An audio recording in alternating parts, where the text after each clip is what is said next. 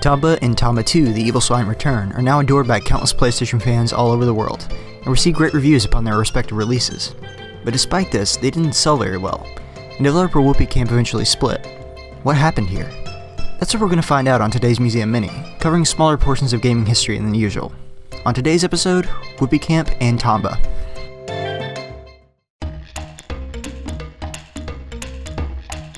Before we look into the games themselves, let's talk a bit about Whoopee Camp. The fact is, there's not a whole lot known about the company itself, but I'll fill you in on what we do know.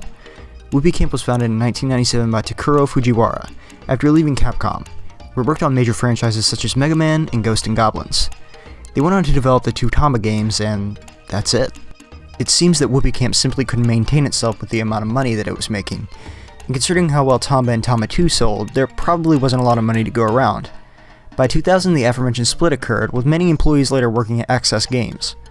As I mentioned earlier, it wasn't due to a lack of quality that the game sold poorly.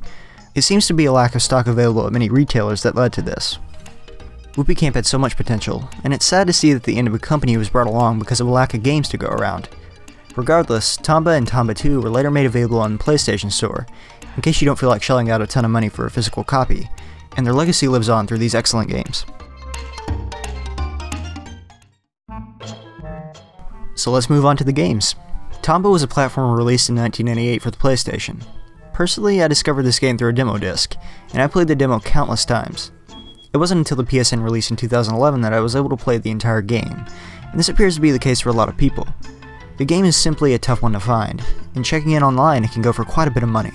Anyway, in Tomba you control a feral child of the same name, looking for his grandfather's golden bracelet that was stolen by the evil pigs, who search through the lands for gold to steal. The game contains some light RPG elements, with certain areas being inaccessible until you recover an item to clear the way. It's an interesting concept and requires the player to search areas more thoroughly. Along with the game moving primarily on a 2D plane, you can occasionally climb up walls, and sometimes even enter towns with a top-down perspective very reminiscent of RPGs. The gameplay is responsive, the graphics simple and appealing, and the music is wonderful. It's a fantastic little game that deserves the reputation it's earned as an impressive entry in the PlayStation library of games.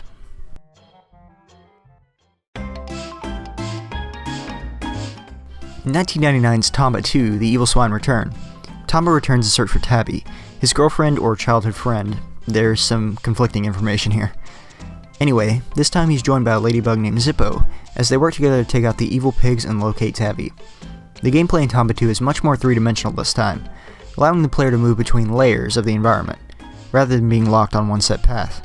The graphics are also almost completely fully modeled, rather than being a combination of 2D sprites and 3D environments like the original. Overall, it's a great sequel. The gameplay still feels fun, and the game is even fully voice acted. It's just a shame that it marked the end of Whoopee Camp, not of any fault of its own, but simply due to the unfortunate circumstances.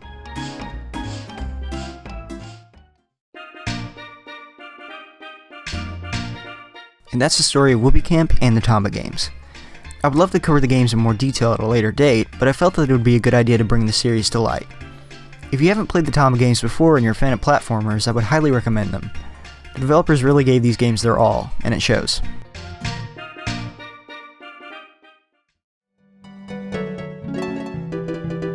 Thank you for watching. I have more videos like this one on my channel, so feel free to check them out if you like. See you next time.